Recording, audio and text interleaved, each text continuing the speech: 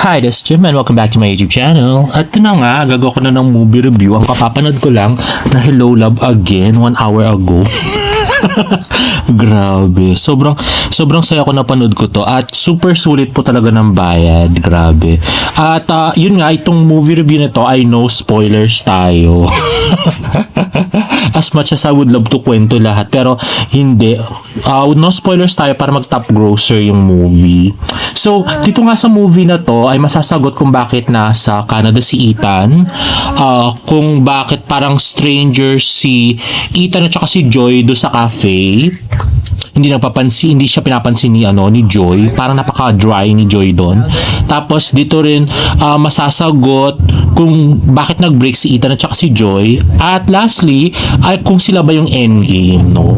So, for this one, grabe puno ng emotions yung ng movie na to. Napayak ako talaga yung sa mga struggles ng OFW. Kasi yung auntie ko kauwi lang galing sa Lebanon. So mga ganun din yung mga struggles. Grabe. Napayak talaga ako. Oo. Nangilid yung mga luha ko talaga nung napanood ko yun. It's so nice talaga. Feel ko talaga yung struggles at problems ni Joy at saka ni Ethan. Parang gusto ko silang tulungan. At yung pagpapakilig nitong movie na to from start to finish, grabe. Multiple times. Ay nako. Talaga maririnig mo yung mga babae sa likod na naghahagik-gikan. Oo, tapos yung may hinahampas na mga ganun-ganun lang silang level. Buti na wala akong katabi kasi solo lang ako nanood today. Ako smile lang sa gilid. Very demure. Very cutesy. Tapos every time makikita ko si Alden, piling ko nagpapakute siya. Ang cute niya kasi. Grabe. Picture perfect yung batang yun. Gusto ko yung yung black earrings ba yon or something. Oo, bagay na bagay niya yon. Pero kahit naman bagay niya, cute siya talaga. Tapos si Joros, ang galing niya mag-joke dito. Grabe, sapul na sapul. Feel na feel mo. Para bang laging patama kay Catherine, mga gano'n. Grabe, para siyang vice ganda. Sobrang galing mag-joke. Ay nako. Siya yung pinaka-comic relief nitong movie.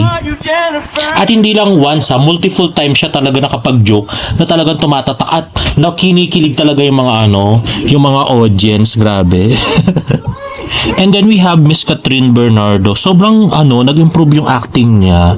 Oo, ang galing niya dito yung feel mo yung emotions niya, anger, yung sadness, niya lahat halos yun. Tsaka yung saya, yung kilig, ganun. Feel ko talaga kay Catherine. Ang galing niya na nag-improve siya talaga from dati ko siyang pinapanood. Ngayon, the best isn't pang best actress na talaga si Catherine. At ang gusto ko sa kanya, wala siyang restrictions. Grabe, di kagaya ng mga ibang artista dyan. Talaga ma-feel mo yung pagmamahala nila ni Ethan. Grabe. I so love it. Pinapak ni Ethan si si Joy. Grabe. And not just once. Ay nako, I so love it. Grabe. Grabe yung emotions at saka kilig mo sa sa pag pinanood mo tong movie na to. Di ba nga si David nga, meron siya mga scene sa movie na kinikilig siya pagka magkadikit sila ni Barbie. Si Alden, ngayon ko lang nakita talaga na mula yung tenga niya. Sa isang movie. Oo, dati parang di man. Ngayon talaga namula si Alden. Ibig sabihin may something. Grabe. At magaganda yung mga locations nila dito, location shoots ha. Ang ganda ng mga background ng mga scenes. Pang memorable talaga. Tapos yung chemistry ng Kat din, syempre. Ang ganda ni Catherine, no? Perfect yung face niya, tsaka yung body feature niya, sexy talaga. Oo, yung dalagang-dalaga na sexy. Tapos si Alden napaka-cute, 'di ba? Grabe. Parang visually perfect sila together. So halo-halong extreme emotions nga to. So kilig, grabing kilig, grabing yung sadness o pagluha. Tapos at saka nakakatawa siya talaga. Ang galing-galing ni Joros. At nagulat ako. Kapatid pala ni Alden dito si Anthony Jennings, no? Hindi ko alam nakasama pala siya doon sa movie na to. Parang nakalimutan ko na yata kasi parang gano'n na ba yung itsura ni Anthony Jennings noon at saka hindi pa siya sikat noon. So ang gwapo ng mga magkakapatid, no? Jameson Blake, Anthony Jennings, tapos Alden Richards. Grabe. Na agad. Isuko na ang bataan. Yun lang guys, huwag kayong pupunta sa TikTok kasi super dami po ng spoilers doon. Hindi kayo mag-i-enjoy pag pinanood nyo doon. So dahil sobrang kinilig ako at sobrang naiyak ako doon sa movie at sobrang natawa, I will give it a 9 out of 10. Oo, sobrang ganda ng movie guys. Tapos pagko-compare ko kung ano yung mas maganda doon sa Hello Love Goodbye at saka Hello Love Again, parang mas gusto ko tong Hello Love Again kasi pampag-good vibe siya, very chill yung movie. Ay, hindi naman super chill, no?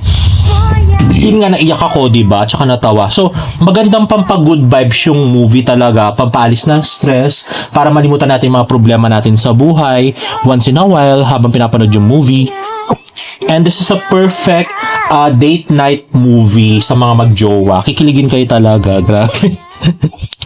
Grabe, walang kupas talaga yung Star Cinema. So, JMA should learn from Star Cinema sa paggawa ng mga romantic movies, romantic drama or romantic comedy movies. Kasi super galing talaga ng Star Cinema, pang blockbuster talaga. Kaya dapat matuto kayo, JMA. Take note from Star Cinema para mag-blockbuster din kayo.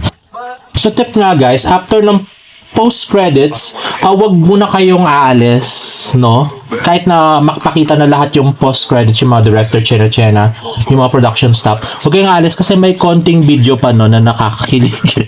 So, oo, baka ma-miss nyo, sayang. Hindi nyo makwento na napanood nyo, no? So, wag kayong aalis after ng post-credits at meron pang video, no, na mapapanood nyo bago kayo umalis, diba? Para, mapanood nyo lahat. Grabe. This is highly recommended, 9 out of 10 para sa akin, and sulit na sulit yung bayad. So, kung kung marami lang akong, kung medyo, lang ako, may kaya, kung nakaka-LL lang, talagang ulit-ulitin ko tong movie na to. Pero, for now, siguro, dahil di pa ako nakaka-LL, pag na-Netflix to, mga 10 beses ko siguro ulitin, ganun. Anyway guys, if you like this video, please give it a thumbs up and please subscribe to my YouTube channel. Thank you for watching. Bye.